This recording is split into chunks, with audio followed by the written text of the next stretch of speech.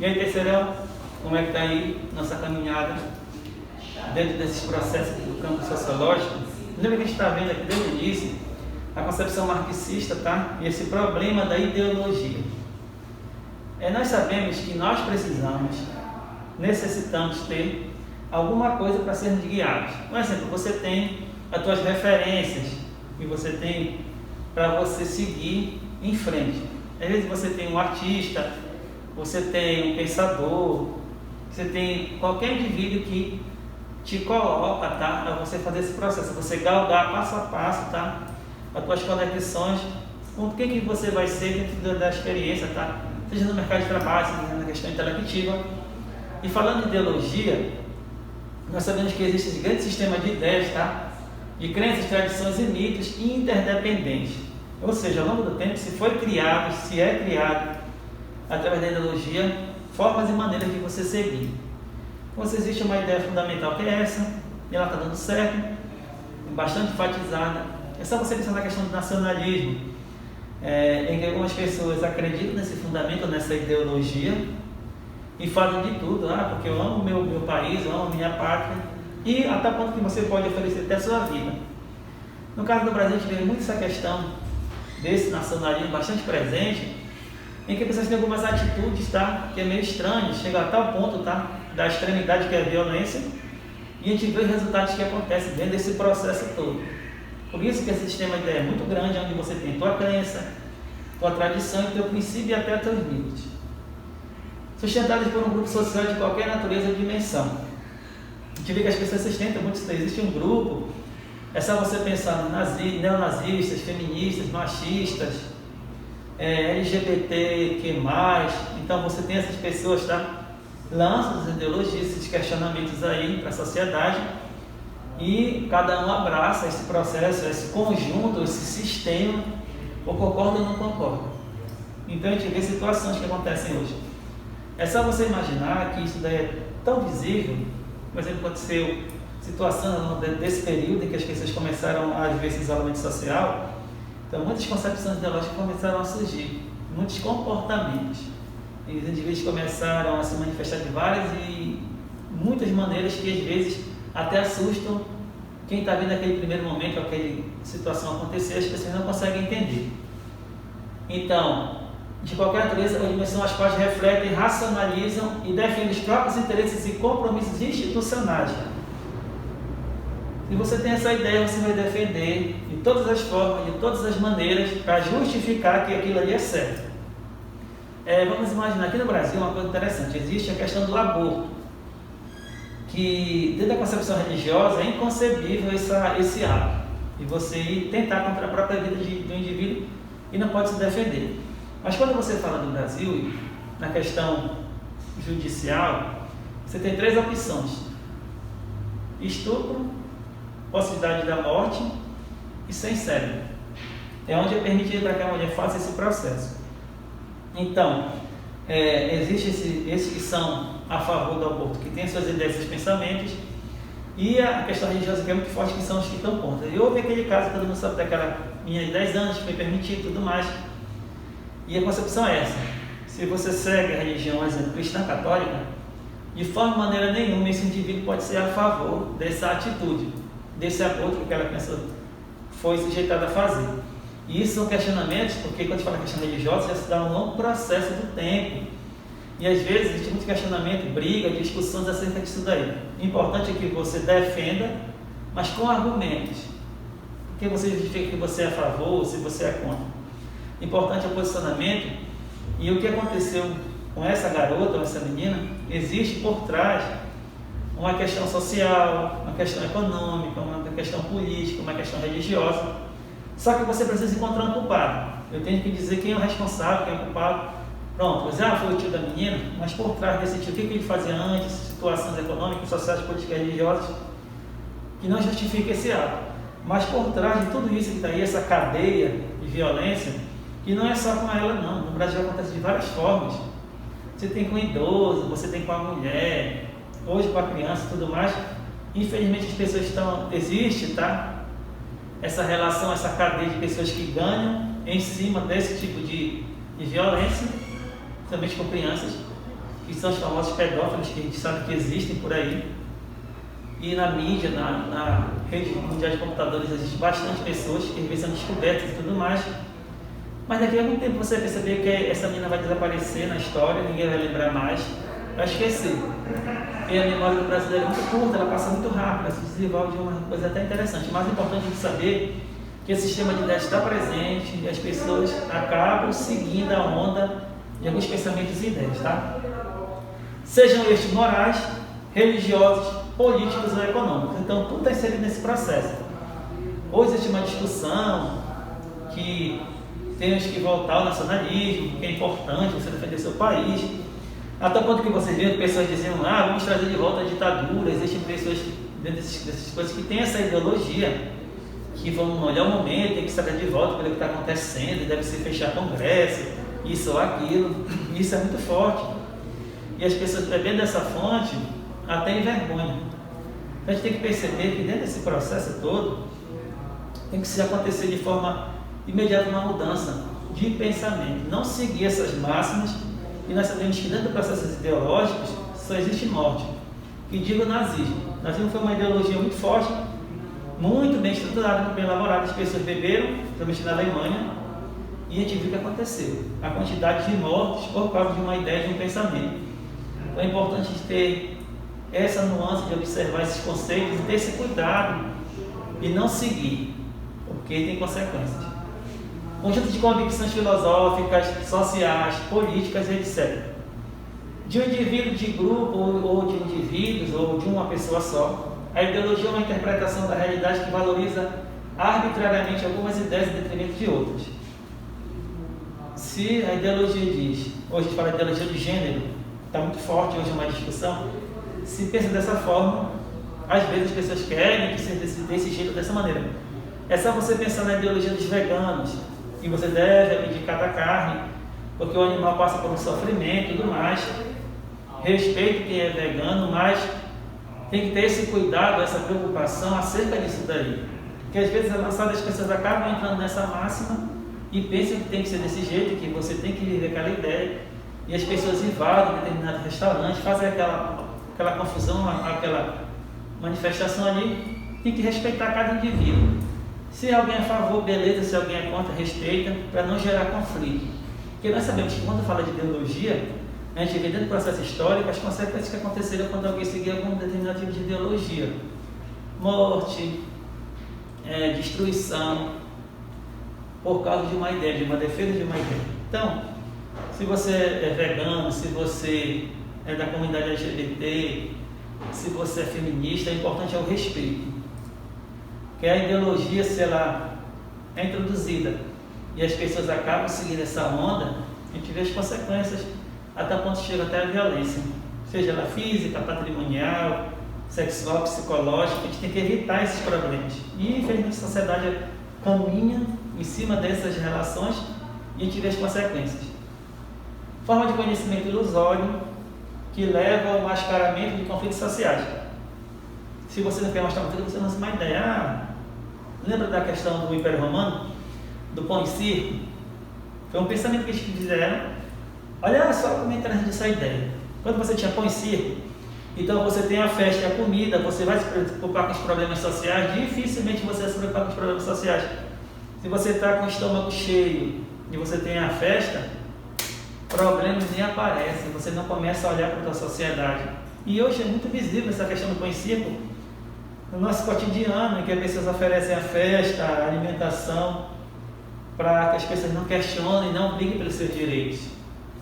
E existe muito pensamento ideológico em cima disso. Vamos fazer o pão e circo, vamos matar essa fome, vamos fazer a festa, vamos fazer as pessoas imaginarem que estão bem. Então isso é muito forte, tá? E essa ideologia chega até a uma falsa consciência. É qualquer formulação teórica das relações sociais que não tenha uma base de produção material. Trata-se de um instrumento de dominação, de alienação dos indivíduos. E nós sabemos que as pessoas, infelizmente, acreditam, seguem e querem que os outros também sigam essas ideologias.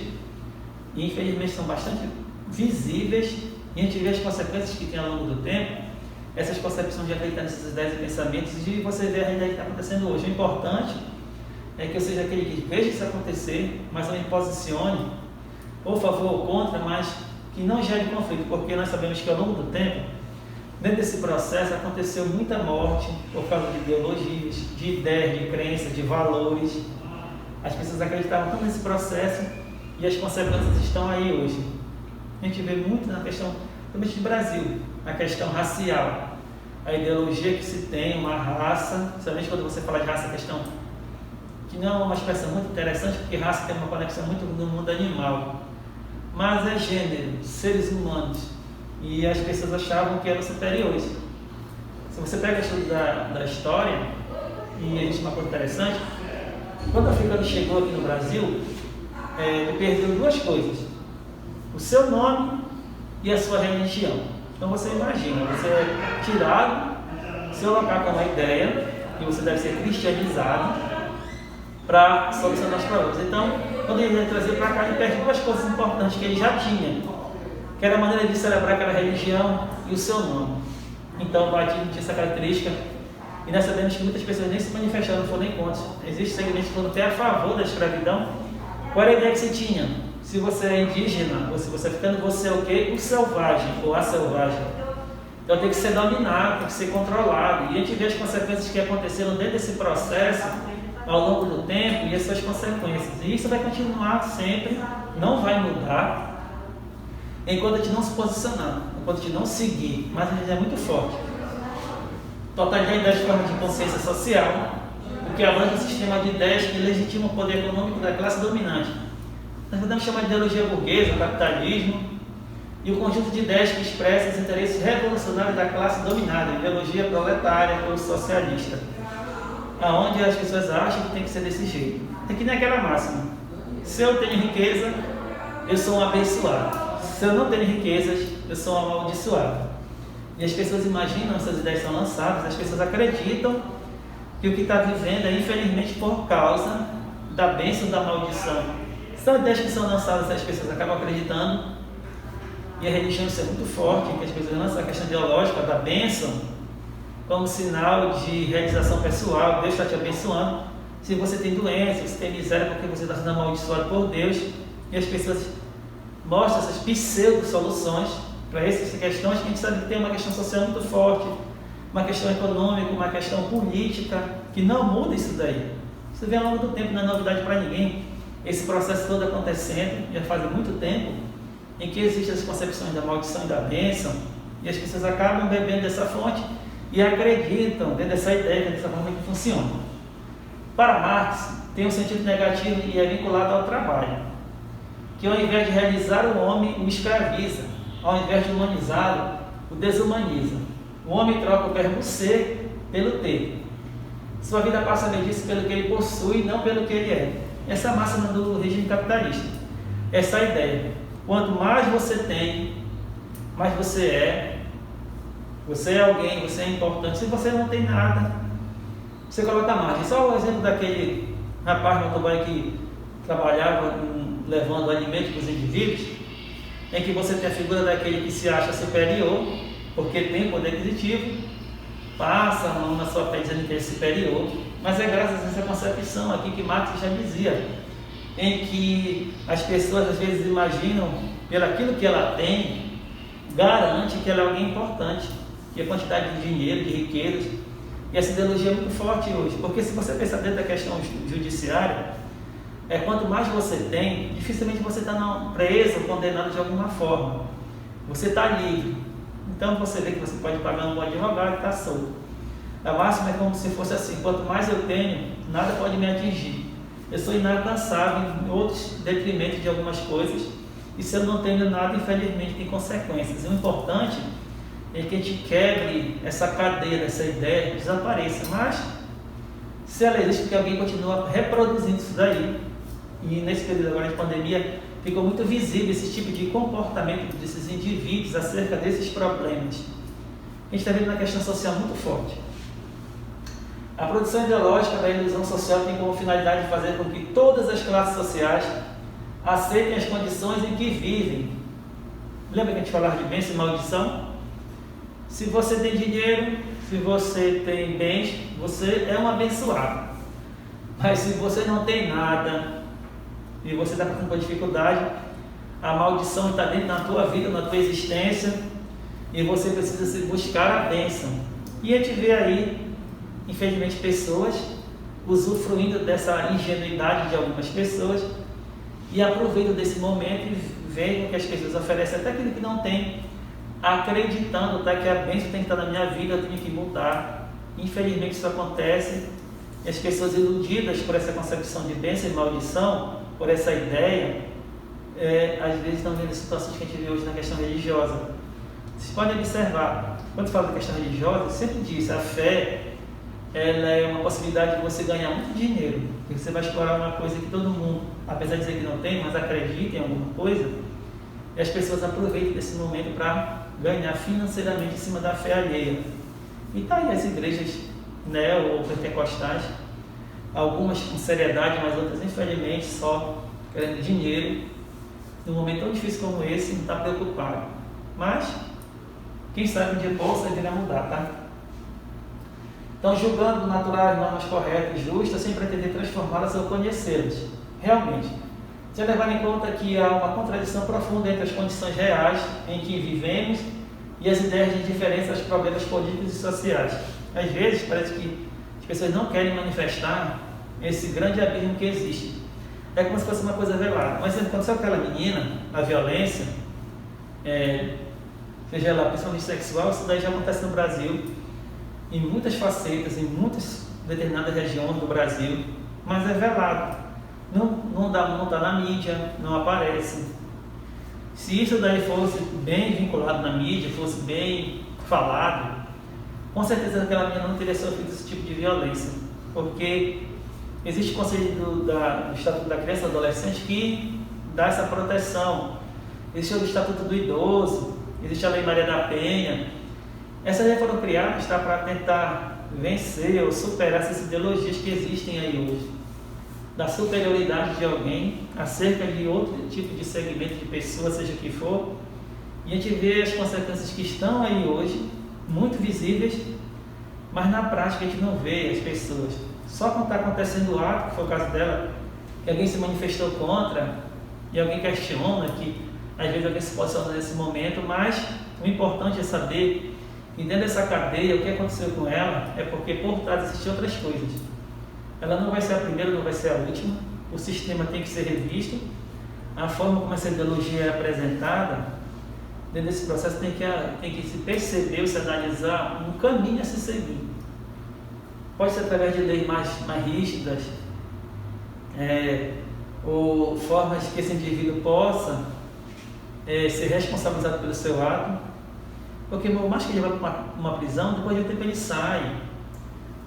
Passa 15, 20 anos, 5 anos, mas quando ele sair, o importante é saber se ele vai mudar esse conceito dele acerca do que foi feito, do mal que foi feito em relação àquela criança. Porque existe a violência para com a mulher, que todo mundo sabe, que a violência doméstica, muito visível nesse período da pandemia, surgiu bastante. Mas se ainda existe, é porque a lei que está para proteger a mulher, que é a Lei Maria da Penha, tem que ser colocada mais em prática. Aí vem a desculpa que não tem viatura, que não tem pessoas para fazer esse processo todo, que não consegue desenvolver, e a gente vai só protelando a violência que ainda continua. Não só em relação à criança, você tem um idoso, o de respeito com as pessoas que são de rua, que alguém dá veneno, como vocês viram, aquela pessoa que deu veneno, os moradores de rua. Então, são aquelas pessoas que acham que estão acima da lei, com a ideologia de que são superiores, e você tem que tirar, expurgar essas pessoas, que elas atrapalham. Então, é tempo de uma reflexão muito grande acerca dessa questão de ideologia, e, como dizia Cazuza, ideologia que era uma para viver, que tipo de ideologia a gente está vivendo atualmente? Para onde é que eu quero caminhar? Para onde é que eu quero ir? Para que a gente não continue reproduzindo essas ideologias aí, que é muito destrutiva, que fazem com que esse grande abismo exista e que as pessoas continuam sofrendo vários tipos de violência, não só a questão sexual, mas você tem a psicológica, você tem a patrimonial, que é muito forte, tentar resgatar isso daí, mas tem que ter essa conscientização de todos e de todas, que é muito fácil você ver a situação e dizer, é culpa disso aqui, é culpa daquele, mas nossa participação é importante em tentar reverter isso daí tudinho. Porque isso é uma reprodução que vem ao longo do tempo. Se você pegar uma coisa interessante, é a questão hoje, as pessoas perguntam e questionam muito sobre a questão das cotas.